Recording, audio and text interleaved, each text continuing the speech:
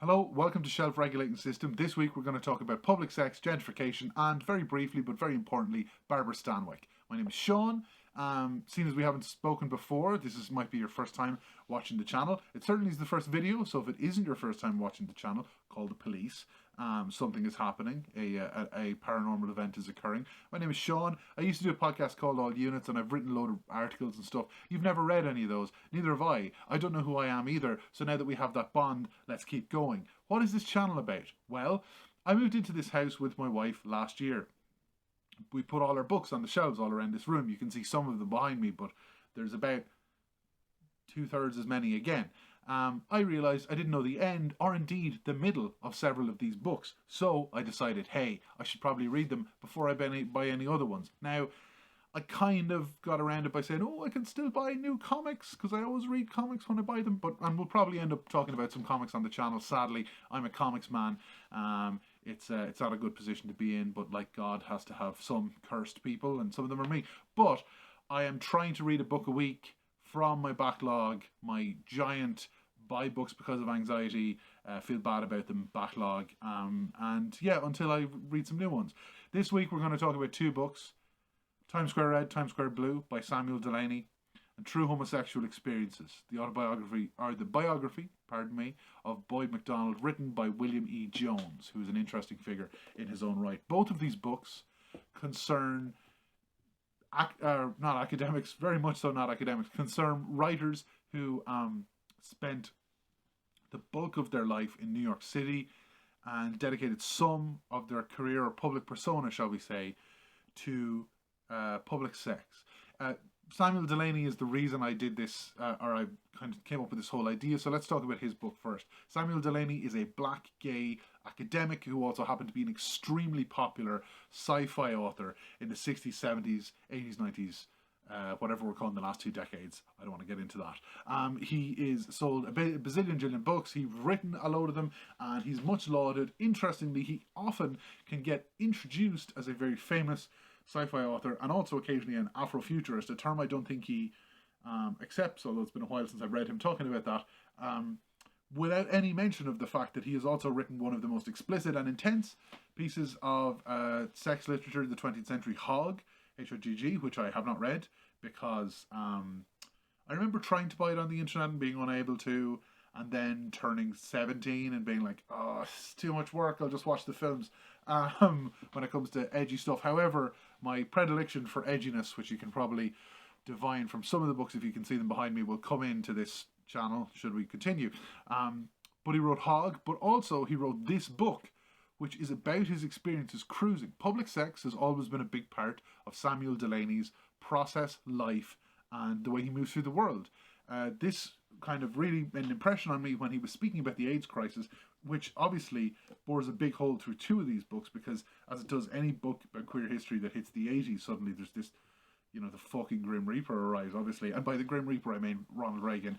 But, he said very interestingly that this was when it was pure moral panic stage, so quite a long stage, where he was saying that these people deserve this because some of them had 300 sexual contacts a year. Could you imagine this? And he had worked out that the time when he was hearing that, he might have been having 300 a month. He had some really, really high figure for the amount of sexual contacts he'd had through his life. But this cruising, like, his contention, and it is correct, is that this is not aberrance, or this is not some yawning chasm in his soul or whatever. This is a different way of living, and this is a way of living that promoted, I was going to say that encouraged interclass contact, but I'm kind of jumping ahead of myself there, but was the kind of thing that queer lifestyle brought about that was especially frightening to people that controlled lots of scared people's money through the idea of family values. And this idea of contact, as we'll get to, was very scary to them. So what Samuel Delany does in Times Square Red and Times Square Blue is this is written in the 90s, when the Disneyfication, figuratively and literally, of Times Square was really, really hitting a high point. And he writes about his experiences in Times Square Blue. It's in 2 essays. Times Square Blue is kind of a personal reminiscence of his time cruising.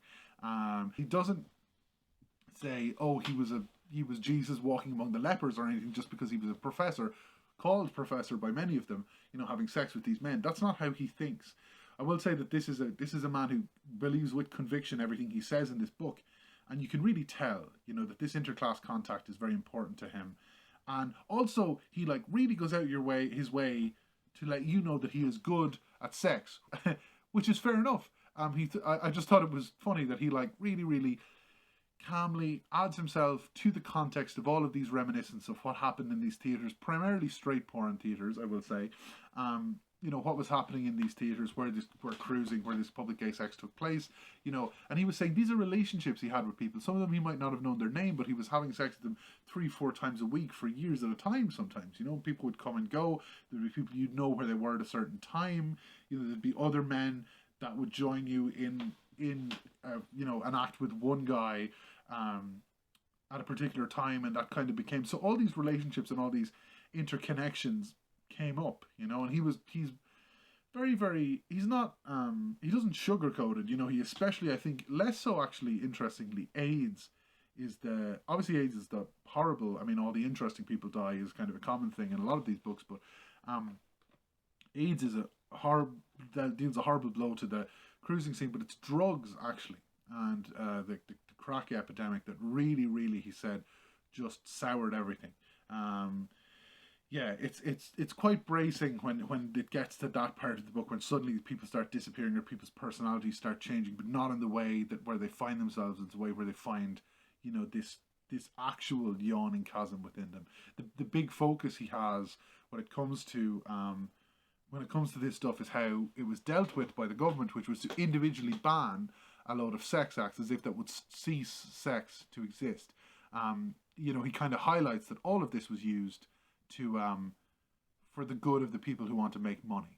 But he takes all of these experiences and he kind of, it would be one thing to write an essay and let you draw your own conclusion from them. But he wrote a second essay, 321 Contact Times Square Red, which is basically, now if you've seen any interviews with Samuel Delany, you'll be familiar with this kind of intensity. He basically takes the conclusions he would want you to draw from Times Square Blue and just writes them out in enumerated explanation list in Times Square Red, which is quite funny, but also, he gets away with it because he's very charming. It's very, very interesting and very good. But seeing as we're talking about somebody who is finding political expression in reminiscence of cruising, let's bring up Boyd McDonald. Boyd McDonald is the subject of this biography by William E. Jones.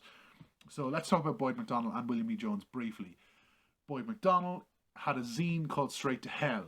Straight to Hell, the New York Review of Cocksucking, I believe it was called. In fact, let's go through all of the titles of Straight to Hell briefly. Why not? We have the book here. So, Raunchy radicalism. I will never be able to point Straight to Hell the other way because YouTube will probably delete me. There's a lot of great pictures in here, but not for, YouTubeable. Anyway, so, the New York Review of Cocksucking, the American Journal of Revenge Therapy, Sperm Illustrated, Rimmer's Digest, the Saturday Evening Ass Liquor, Sex Paul, GI, Gender Identity, Love and Hate for the American Straight, which kind of summarizes everything, I guess, in a way. America's Best Loved Journal of Dick Licking, the paper that made New York famous, that is my favourite one. Alone in Its Greatness, and The Truth, No Shit. So, what Straight to Hell was a anonymous reminiscence of public sex from men, like cruising encounters and stuff like that, written pseudonymously or anonymously, that were collected and edited into a very specific style by Boyd McDonald. Boyd McDonald had been part of the, in every sense of the word, straight world for many, many years, but had fallen on hard times. Is that a euphemism for alcoholism because I'm Irish? Yes, that is what that is.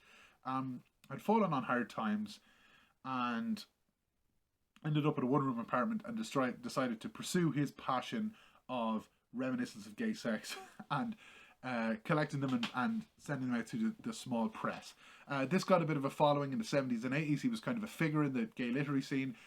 He regularly had phone calls with Gore Vidal, so it wasn't all good, God help him. But John Waters knew who he was. John Waters also, I think, is the person who has implied Boyd McDonald wrote all these reminiscences himself, which I do not think is the case. I can understand why, But I think it's one of those things where, you know, the way like everyone on a certain website all starts talking the same, or like BuzzFeed headlines all start sounding the same, even though they're taken from other people, or you get into that lexicon, and he definitely has that, and people take it on here. What is interesting is, if you read about Straight to Hell, it really is just, your impression of it tends to just be these, you know, these kind of first-hand, very intense. Not really going to read one out. I don't want to make this video totally inaccessible to some people, but you know, I don't know, fucking getting pissed on by a soldier in a roadside cafe or something like that, you know. But his writing is in it as well, and that's actually how I heard about Boyd McDonald because my first encounter with Boyd McDonald was this. Cruising at the Movies. Cruising the Movies, not Cruising at the Movies. Cruising the Movies is my favourite piece of film criticism ever. I used to have a film podcast called All Units, and in fact, most people who have heard of me, if they have heard of me, we've discussed, we haven't heard of me. Let's keep going together, you and I. But should someone have heard of me, it probably would be through film criticism, and I always tell people that this is the book. Part of that is provocation, because especially if, like, say, like, unlike me, you have no attraction to men whatsoever, it might be a bit of an intense book, or you don't want to think about that. It might be a bit of an intense book to read, but I thought, I'm mostly covering thrillers and action films. Somebody who might not have access to that part of their masculinity, it might be interesting for them to have to confront it anyway. So it was a little bit of a troll initially, but I will say that this book is film criticism to me. He takes such an anti-auteurist stance. It's all about actors and moments, and William E. Jones, who we'll talk about in a second, who writes the biography of Boyd McDonald, beautifully summarizes his style of film criticism as like a generation of gay men who didn't see themselves represented on the screen, you know, in a way that wasn't coded or comedic, and took instead these moments and these actions and these like just instances, and used them and talked through them. And like, I have definitely written entire things about 1 second in a film, or spoke for an hour about one exchange of glances and that kind of thing, and he's really good at that. Like, sure, there's bits in this about how Ronald Reagan has a sloppy arse and stuff, and it's amazing. He fucking hates Ronald Reagan so much. If you want to see Ronald Reagan body shamed to death, wig this book. I don't even know if I used wig in the right sense there. I think I'm too old. Anyway, this is the book. But I want to read to you this specific bit about Robert Ryan and Barbara Stanwyck in Clash by Night, because it is one of my favourite bits of film criticism ever. And that's how this is how I got interested in Boyd McDonald initially. So, Clash by Night. Unlike so many movie stars, Robert Ryan was able to portray a real heterosexual. But Barbara Stanwyck in Clash by Night, 1952, seen on Channel 11 at 2 a.m. March 30th, 1983, is not impressed. It is very, very, very hard to impress Barbara Stanwyck. She is authentically blue-collar in this picture, utterly credible when she says she used to sell sheet music in a dime store, and able to make us forget that she is in fact a glamorous millionaire movie star. She drinks what she calls a slug of whiskey out of a shot glass, no chaser, and holds a cigarette in her teeth when she lights it. The picture would not be the same without cigarettes. The climax for me occurred not when the director intended it, but earlier in the picture, when Ryan, fairly tough himself, but of course no match for Stanwyck, lit 2 cigarettes and handed one to her. She accepted it, but looked at it with an easy, graceful scorn for just a fraction of a second and tossed it over her shoulder. I was so shocked I didn't notice what Ryan did. I believe he did nothing. What could he do? So yeah, Boyd McDonald can write the fucking shit out of some film criticism. So, this book is about him. And so, like I was saying, as in Times Square Red, Times Square Blue has these reminiscences of cruising, and then also has the kind of the conclusion which is supposed to draw from them. So did Straight to Hell, which had these reminiscences of cruising, albeit crowdsourced, if you like. But Boyd will write these tirades against straight America. There's a very, very funny section in the book, which I'm not going to read, called Hatchet Job on Norman Mailer, Hatchet Job on William F. Buckley. There's a review of Pauline Kael's 5001 Nights at the Movies, which he calls a hearty heterosexual's guide to showbiz. You know, he wrote a lot of, like, you know, family life, and then it would be like a list of family murders and group suicides and stuff, or whenever he wrote the word straight, one of the controversies about Straight to Hell, which I do not think is a good idea, and probably would not be appreciated now correctly, was that he would put big swastikas on it, but he would only write it over the I's in straight and use it as part of whenever the word or concept of straightness came up, because he was protesting against heterosupremacy. So, in fairness, anyway, so this book talks about him as a character. The first bit is a bit of a slog because it's a lot of autobiographical details, because his life only really began after this 20-year career in writing, of which there is not a lot of evidence, and of which maybe not a lot indicates for what to come, and like his family are talked about, whatever. And William E. Jones is a very interesting queer academic in his own right. He made The Fall of Communism as Seen Through Gay Pornography, Is It Really Strange? Is It Really So Strange? Which is about Latino fandom of Morrissey, something I'm sure you've seen like a Vice documentary about as well, but I think he was like the first person to really cover it. And then he made this film called Tea Room, or rather he created this film called Tea Room, which is found footage of a 1962 crackdown in some small town on a cruising spot in a tea room. So it's just men realising they're being surreptitiously filmed and leaving when they're entering a cruising spot. Extremely striking footage. I may have used some of it in this video, I'm not sure, but yeah, very, very interesting guy. And he really goes into Boyd, and he uses Boyd's life and the sections of it which might be a bit, you know, interesting things happen in Straight to Hell, and it was kind of not accepted by the mainstream, and he was pretty mean he fucking hated John Waters. Like, I don't know, he wasn't really into conforming, and in fact there's a about 25-page segment at the end that compares him to Diogenes, which is you know what, I would say it's a little bit laboured, but it's actually kind of banging. I'm going to be honest with you, the Diogenes bit is great, but you know, he was kind of, William E. Jones uses this as a branching off point, and there's a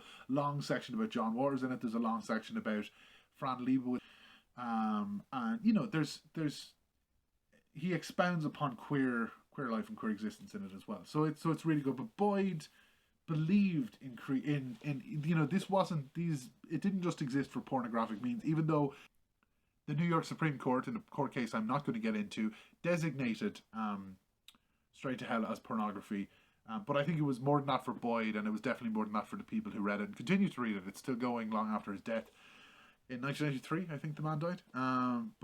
Did he die in 1993? Yes. So he obviously meant it to mean so much more than that, you know. And this idea of queer life, and this idea of like the gay male existence outside of straightness. I mean, for instance, there's this great bit that William E. Jones, which I think I want to kind of highlight this, because even though it's a quote from another book, it contributes to the insight he brings to Straight to Hell. Straight to Hell's insistent focus on true homosexual experiences reminds me of a passage in Juan Goitisolo's autobiography Forbidden Territory, describing the first time he met Jean Genet. Now, Jean Genet, you can't really see it, but his books are over there, and I haven't read all of them. So we might talk about Jean Genet at some stage in the future. Suddenly he turns to me and asks point blank, "What about you? Are you queer?" In my confusion, I replied that I've had homosexual experiences, something that until then I had never revealed in public. I suppose I blushed when I answered, makes no impression on him at all. Experiences? Everybody has had experiences. You talk like an Anglo-Saxon pederast? I mean dreams, desires, and fantasies.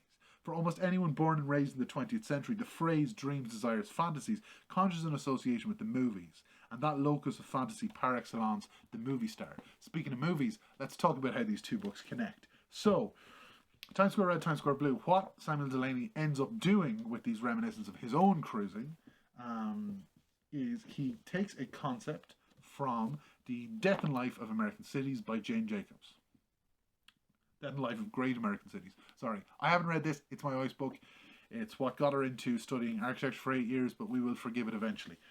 The concept he takes is the concept of contact, and I am going to explain how he uses the idea of contact now by doing a bit of a reading from Samuel Delany's book. I have taken contact, both the term and concept, from Jane Jacobs' instructive 1961 study, The Death and Life of Great American Cities. Jacobs describes contact as a fundamentally urban phenomenon and finds it necessary for everything from neighbourhood safety to general sense of social well-being. She sees it supported by a strong sense of private and public in a field of socio-economic diversity that mixes living spaces with a variety of commercial spaces, which in turn must provide a variety of human services if contact is to function in a pleasant and rewarding manner. Jacobs mentions neither casual sex nor public sexual relations as part of contact, presumably because she was writing at a time when such things were not talked about or analysed as elements contributing to an overall pleasurable social fabric. Today, we can. When social forces menace the distinction between public and private, people are most likely to start distrusting contact relations. In The Death and Life of Great American Cities, Jacobs analyses how limited socio-economic resources in the area around a public park, lack of restaurants, bathrooms, drugstores and small shops can make the mothers who use the playground and live near it feel that their privacy within their home is threatened, thus markedly changing their public attitude to interclass contact. Briefly, a park with no public spaces, restaurants or small item shopping on its borders forces mothers who live in adjacent to it, and those who use it most, to share everything or nothing in terms of offering facilities of bathroom use and the occasional cup of coffee to other mothers and their children who use the park but do not live so near. Because local mothers feel they must offer these favours to whomever they are even civil with, and since such services are not publicly available, they soon become extremely choosy and cliquish about whom they will even speak. The feel of the park becomes exclusive and snobbish and uncomfortable and inconvenient for mothers who, in carriage, dress, race or class, do not fit the rigid social pattern. Similarly, if every sexual encounter involves bringing someone back to your house, the general sexual activity in a city becomes anxiety-filled, class-bound and choosy. This is precisely why public restrooms, peep shows, sex movies, bars with grope rooms and parks with enough greenery are necessary for a lax, friendly sexual atmosphere in a democratic metropolis. Jacobs' analysis stops short of contact as a specifically stabilizing practice in interclass relations. She dismisses quote-unquote pervert parks as necessary social blights. Though largely understandable in the pre-Stonewall 1950s when she was collecting material, this is still nevertheless unfortunate. Though she was ready to acknowledge positive roles winos and destitute alcoholics played in stabilizing the quality of a neighbourhood life at a higher level than the neighbourhood would maintain without them.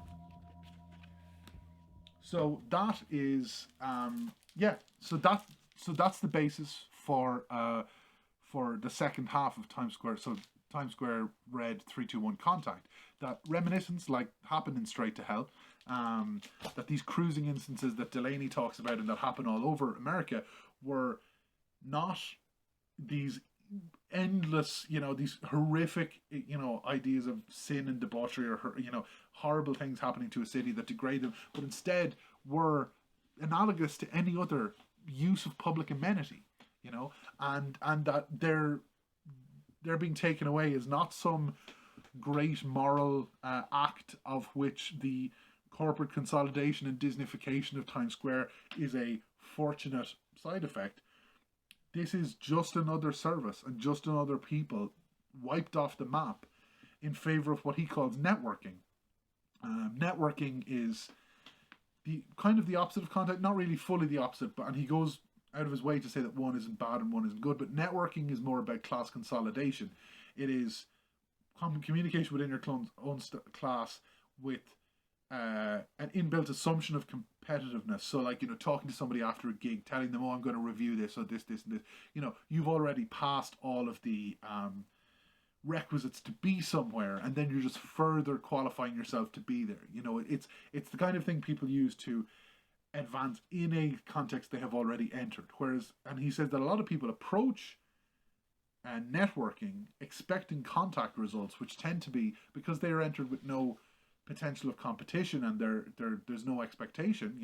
He talks about his long-term romantic partner at time of writing, and I think still, definitely when I saw him do a talk, or I watched him a couple of years ago do a talk on YouTube, somebody a man he'd been with for 30 years, he met while the man was actually homeless, and he was a professor, in a New York college, but the guy was selling books on the side of the street, and he got talking to him, and that's, it's clear that alone would make you very passionate about contact, about this interclass relations. And it's funny that I kind of used these two books because I thought, they both are a different kind of almost radical take on public sex and male cruising and kind of male homosexuality at the time. But I didn't know that William E. Jones would more or less consolidate a lot of without some of the more kind of questionable, I don't know, there's a few things in Times Square Red I'm not entirely sure on, but he would consolidate all of that into one paragraph in this Boyd McDonald biography. Late in his life, Boyd McDonald told an interviewer, "I feel homosexuality is a gift and advantage. The main advantage of homosexuality in a class society is the freedom it offers a diverse group of people to mingle promiscuously. The promiscuity of intercourse, in the social as well as the sexual sense, leads to the myriad complications and makes life infinitely richer. The static suburban mentality, a type of quarantine following association only among those of the same class or race, was formerly the province of heterosexuals intent on reproducing and raising families in what they understood to be safety. Now that homosexuals in rich countries have the possibilities of same-sex marriage and adoption, as well as various types of biological reproduction, a similar quarantine effect threatens to rob them of their distinctive kind of social mobility. Those who can obtain everything they have been conditioned to want wouldn't know where to look for anything else. They have no reason to protest and can happily join the ranks of the average. It remains to be seen whether such a thorough assimilation can ever occur, and if social formation called gay culture, mainstream or otherwise, will ultimately become obsolete. Modern queers may yet emerge triumphant and figure out how to enjoy both newly acquired legal rights and nonconformist lives. If so, the queers of the future will need a history lesson from the old school queens." Fantastic. I couldn't have had a better summary of where Samuel Delany ends up with his ideas taken from that Jane Jacobs book. Two really interesting books there. It reminded me of when I was at a house gig, kind of a talk gig, put on by Terry Talmot's or DJ Sprinkles. The day gay marriage was legalised in Dublin, and someone asked Sprinkles, kind of said, "Oh, it's a really special day," and DJ Sprinkles was like, "Yeah, great, we get to be straight people now, fantastic, all of our problems are solved." And Terry Thomas was selling copies of Midtown 120 BPM, I think it's called, her rare album, and was signing every copy with "Marriage is not the answer." Which is a really funny thing to do as a really, really, a revered queer figure at the culmination of a marriage legalization campaign. But yeah, I just thought it was funny. If you want an update, if you read Times Square Red, Times Square Blue, I would recommend there's a talk which is a little bit fraught, but I think quite good, with Jackie Wang and Hugh Lemmy of the Bad Gays podcast, and lots of really interesting writing, and Jackie Wang of Carceral Capitalism, which you probably can't see but is behind me and we will be talking about at some stage, and Samuel Delany, who just angrily tells people over and over again he can't answer questions about Grindr because he doesn't use it, talking about how Grindr and everything might factor into this as well. And Hugh Lemmy makes a lot of really interesting points that build on Times Square Blue, and Times Square Red actually even more so, in a really interesting way. So that's it. Those are the two books. I hope they kind of talk to each other in a way that interested you in much of the way they interested me. This is a really difficult video to film. Hopefully it's worthwhile. I'm doing this on my phone. I don't have a lot of expertise. I don't know anything about video or YouTube or anything, so hopefully it's okay.